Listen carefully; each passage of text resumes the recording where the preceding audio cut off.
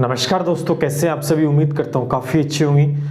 दोस्तों, आप सभी को पता है कि रीट जो तृतीय श्रेणी शिक्षक भर्ती का जो चयन की प्रक्रिया है, जिसके लिए फॉर्म भरे जाने थे, वो प्रक्रिया दोस्तों शुरू हो चुकी है। रीट 2021 32,000 पदों पर, मैंने लिखा नहीं है, 32,000 पदों के ऊपर दोस्तों ये वैकेंसी आपकी होनी है ना। अब इसके आधार पर आपका कट ऑफ बनेगा, 2 गुना दोस्तों बुलाए जाएंगे, 2 गुना फॉर्म के ऊपर मेरिट बनेगी। आवेदन 10 जनवरी से 9 फरवरी 10 जनवरी से 9 फरवरी तक है। अब फॉर्म दोस्तों शुरू हो चुके हैं। कई तो इतने उतावले थे कि 10 तारीख को पहुंच गए और फॉर्म भी भर दिया। अब गलतियां भी हो गई हैं किसी से, जिसने नहीं भरा वो चाहता है कि मैं फॉर्म भरूं, बहुत अच्छे से गलती ना हो, कहाँ क्या मिस्टेक हो सकती है, ये सारी बातें हम जानेंगे आज इस वीडियो के अंदर दोस्तों, क्योंकि ये आपके भविष्य का सवाल है। एक छोटी सी चूक दोस्तों बहुत बड़ी गलती साबित हो सकती है, तो ऐसा हमें नहीं करना है। हमारे भविष्य के साथ दोस्तों हमें बिल्कुल भी खिलवाड़ नहीं करना है। एक दिन लेट फॉर्म आप भर सकते हैं, लेकिन जल्दबाजी के अंदर कोई गलती दोस्तों नहीं होनी चाहिए। तो इस वीडियो में सारी बातें हम जानने वाले हैं, तो वीडियो काफ़ी इंफॉर्मेटिव होने वाला है। शेयर मार दीजिए, सभी साथी तक पहुँच पाए। सब्सक्राइब कर लीजिए, जिससे रीट से जुड़ी हुई खबर दोस्तों आपको मिलती रहे। चलिए बात करते हैं। सबसे पहले जो सबसे बड़ा जो डाउट रहता है कि क्या मैं फॉर्म भर सकता हूँ, क्या मैं किसी भी कैटेगरी से हूं, क्या मैं फॉर्म भर सकता हूं, यानी आवेदन कौन कर सकता है। सबसे पहला ये इशू रहता है।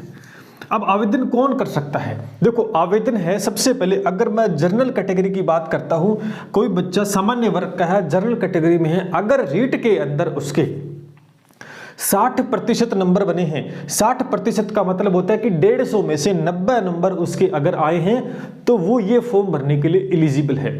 अगर सामान्य वर्ग में है 90 से कम 89 भी आए हैं, 1 नंबर भी कम हो गया, तो वो एलिजिबल दोस्तों नहीं होगा। यानी 60%, यानी 150 में से 90 नंबर अगर जनरल कैटेगरी में किसी बच्चे के हैं, तो वो दोस्तों फॉर्म ये भर सकता है। साथ साथ में जनरल कैटेगरी के अंदर बाहरी राज्य का कोई स्टूडेंट है, उसके लिए भी ये नियम लागू होगा, चाहे वो SC से, चाहे ST से, किसी भी कैटेगरी से है, अदर स्टेट से है ना, तो वो भी जनरल में ही फॉर्म भरे, जनरल में ही भरना है। वही क्राइटेरिया उसका रहने वाला है, 60% यानी 90 अंक उसके होने चाहिए। बाहरी राज्य में लिख दिया, ठीक है। अगर EWS, OBC, MBC, SC और ST का कोई बच्चा है, तो उसके 55% नंबर होने चाहिए। रीट के प्रमाण पत्र जो आएगा उसके अंदर, रीट का जो पेपर दिया उसमें 55% यानी 150 में से 83 अंक उसके होने चाहिए। अगर इससे कम है तो वो ये फॉर्म भरने के लिए एलिजिबल नहीं होगा। अगला है, कोई विधवा है, परित्यक्ता है, उसके 50% नंबर यानी 75 अंक 150 में से होने चाहिए। निःशक्त जन या कोई दिव्यांग है, उसके लिए 40% का क्राइटेरिया दोस्तों रखा गया, यानी 60 अंक दोस्तों होने चाहिए। अगर इनमें के अंदर आप हैं अपनी कैटेगरी के वाइज, तो दोस्तों फॉर्म भर सकते हैं। अगर इनसे बाहर हैं तो आप फॉर्म अप्लाई नहीं कर सकते। चलिए, तो फॉर्म तो शुरू हो गए हैं। अब देखिए जो चीजें महत्वपूर्ण है ध्यान रखने की, कि फॉर्म जो भरा जाएगा वो SSO ID से आपका भरा जाना। पहली बात, क्या SSO ID मेरी बनी हुई है? आपकी अगर बनी हुई है तो ई-मित्र वाले के पास जाइए और फॉर्म अपने आप वो भर देगा। अगर नहीं है तो SSO ID आपकी बना देगा, ठीक है। तो SSO ID से फॉर्म आपको भरना होगा। अब ध्यान ये रखना है कि सब्जेक्ट कौन सा भरे। दूसरी बात, सबसे बड़ी बात, कि सब्जेक्ट कौन सा भरे। भैया सब्जेक्ट वही भरना है आपको, जैसे आपके पास साइंस मैथ से आपने रीट दी थी, और स्नातक में अगर साइंस मैथ आपके पास है सब एक शब्द विषय, तो ही दोस्तों आप भर सकते हैं। अदरवाइज ऐसा नहीं होगा कि आपने हिंदी से, है ना, हिंदी आपका विषय था, हिंदी में आपके आए और आप साइंस मैथ से भर, ऐसा नहीं। जिस विषय से आप भर रहे हो उसमें स्नातक के अंदर वो विषय आपका होना चाहिए, चाहे हिंदी है, चाहे इंग्लिश है, चाहे SST, कुछ भी है। कॉमर्स के जो बच्चे हैं वो फॉर्म किससे अप्लाई करेंगे? SST से। कॉमर्स वाले बच्चे SST से अप्लाई करेंगे। जो विषय आपके स्नातक में है वही विषय दोस्तों आप उसी विषय में आपको भरना होगा। अब देखिए, पहले फॉर्म भर दिया था और गलतियां हो गई, किसी ने 10 तारीख को धावा बोल दिया और गलतियां हो गई है, तो अब क्या करें? अब ये करना है कि गलतियां तो हो गई, उसको सुधारा नहीं जा सकता, आप दोबारा से फॉर्म भर सकते हैं। बोर्ड का कहना है कि आप फॉर्म कितने भी भरें, लेकिन अंतिम फॉर्म ही आपका मान्य होगा। जब आप अंतिम फॉर्म भरेंगे ना, वही मान्य होगा। उससे पहले जितने भी फॉर्म है वो ऑटोमेटिक रिजेक्ट हो जाएंगे। अगर आपने फॉर्म भर दिया है और गलतियां हो गई है तो आप दोबारा से फॉर्म बहुत अच्छे से भर सकते हैं, देख कर परख कर, वो आपका मान्य हो जाएगा अंतिम फॉर्म, और पीछे वाले ऑटोमेटिकली कैंसिल।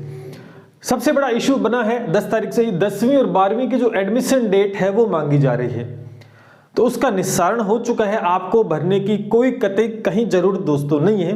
बोर्ड का कहना है कि नोटिस भी जारी हो गया होगा। आई थिंक ये वीडियो बना रहा हूं, उससे पहले मैंने चेक नहीं किया, बट ये भरने की आवश्यकता नहीं है। यहाँ पे उपेंद्र यादव जी ने बोर्ड के अधिकारियों से बात कर ली है कि 10वीं और 12वीं की जो एडमिशन डेट फॉर्म में मांगी जा रही है उसे भरने की आवश्यकता आपको नहीं है। अगर आप फॉर्म भर रहे हो तो कहीं ना कहीं ऑटोमेटिक वो डिलीट हो जाएगी, या आपको ऑप्शन कहीं ना कहीं मिल जाएगा।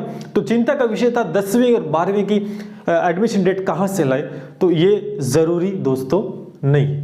ठीक है, जिला कौन सा भरे?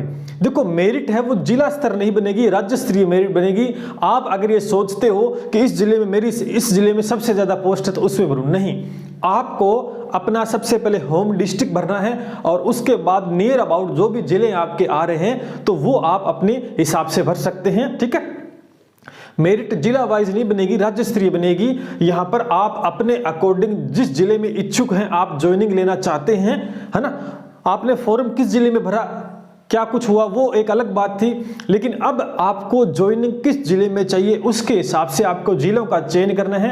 किसी के कहने से नहीं करना है कि उसमें भर देना, आप खुद देखेंगे और खुद देख परख के कि मुझे होम डिस्ट्रिक्ट पहला भरना है, उसके बाद दूसरा कौन सा भरना है, तीसरा कौन सा भरना है। ठीक है ना, भाषा कौन सी? अब देखो, हिंदी और लैंग्वेज 2 भाषा थी, है ना, तो आपने रीट के अंदर जो भाषा चुन रखी थी वही इस फॉर्म में दोस्तों लगानी है। ऐसा नहीं कि रीट में आपने कोई और भाषा ले रखी थी अब इसमें और, तो ऐसे में फॉर्म आपका गलत दोस्तों हो जाएगा। तो ये ध्यान से आपको भरना है। ठीक है, मेरिट बनेगी, मेरिट दोस्तों राज्य स्तरीय बनेगी, जिला स्तर के ऊपर मेरिट दोस्तों नहीं बनेगी। ये विशेष ध्यान आपको रखना है, उसी हिसाब से जिलों का चयन आपको करना है। जिस जिले में ज्यादा पोस्ट है उसके हिसाब से नहीं है, आपका नजदीक में कौन सा जिला है वो आपको भरना है। और अदर इंफॉर्मेशन में कि फॉर्म भरते समय जो छोटी छोटी गलतियां हो जाती है, स्पेलिंग मिस्टेक है ना, किसी कोई गलत ऑप्शन टिक हो जाता है, तो ऐसा नहीं करना है। ई मित्र वाले के पास जब भी आप फॉर्म भरने जाओ तो पूरे ओरिजिनल डॉक्यूमेंट आपको लेके जाने हैं।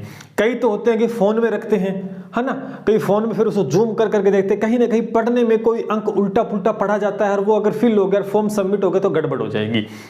अच्छे से लेके जाएं, ओरिजिनल लेके जाएं और बहुत देख परख के कि रोल नंबर क्या है, कितने नंबर हैं, स्पेलिंग ये है कि 10वीं मार्कशीट में ये स्पेलिंग है तो क्या वही स्पेलिंग है ना। ये मिस्टेक्स बहुत होती है दोस्तों। किसी कागज पे भी लिख के ना जाएं, किसी कागज पे लिख के ना जाएं, हो सके तो ओरिजिनल डॉक्यूमेंट लेके जाएं दोस्तों, और उसमें एक बार नहीं 2 से 3 बार पढ़ के तब दोस्तों सबमिट करें। और हो सके तो ई मित्र वाले से एक फॉर्म भरने के फीस कटने से पहले उसका प्रिंट आउट निकाल कर, कि फॉर्म आपने भर दिया उसका प्रिंट आउट निकल सकता है चेक करने के लिए, तो वो आप निकलवा लें और उसको पेन से अच्छे से मेंशन कर लें कि ये सही है, ये सही है, यहाँ गलती है, उसको सही करके दोबारा से वहां करेक्शन करा के तब जाके सबमिट करें, क्योंकि बार बार फॉर्म नहीं भरना आपको। ठीक है ना, तो भविष्य के साथ बिल्कुल भी खिलवाड़ नहीं करना है, बहुत ही अच्छे से देख परख कर। अगर 5 मिनट आपने ज्यादा और लगा दी फॉर्म चेक करने में तो भविष्य सुधर सकता है। आप कहते हो कि मुझे टाइम नहीं है, मुझे गांव जाना है, मेरी बस छूट रही है, मेरी ये काम है, मेरे फलाना काम है, अगर ये गलती करते हो तो वो काम तो आप बाद में भी कर सकते हो, लेकिन ये चीजें बार बार नहीं होती दोस्तों। तो विशेषकर आपको ध्यान रखना है, फॉर्म भरते समय गलतियां आपको नहीं करनी है। तो ये थी एक छोटी सी इंफॉर्मेशन जो आपको फॉर्म भरते दोस्तों ध्यान में रखनी है। इसके अलावा और भी कोई आपके मन में शंका है, कोई भी डाउट है इस फॉर्म को लेकर, कहाँ आप दिक्कत आ रही है आपको फॉर्म भरने में, तो मुझसे कंसल्ट कर सकते हैं नीचे कमेंट सेक्शन के अंदर, तो आपके समस्या का निस्तारण दोस्तों किया जाएगा। मैं उम्मीद करता हूँ कि सारी बातें मैंने इसके अंदर समावेशित की हैं। चलिए, मैं उज्जवल भविष्य की कामना करता हूं कि आपका सिलेक्शन हो जाए, एक सरकारी अध्यापक का जो सपना है वो आपका साकार हो। मिलते हैं इसी उम्मीद के साथ दोस्तों। जय हिंद, जय भारत।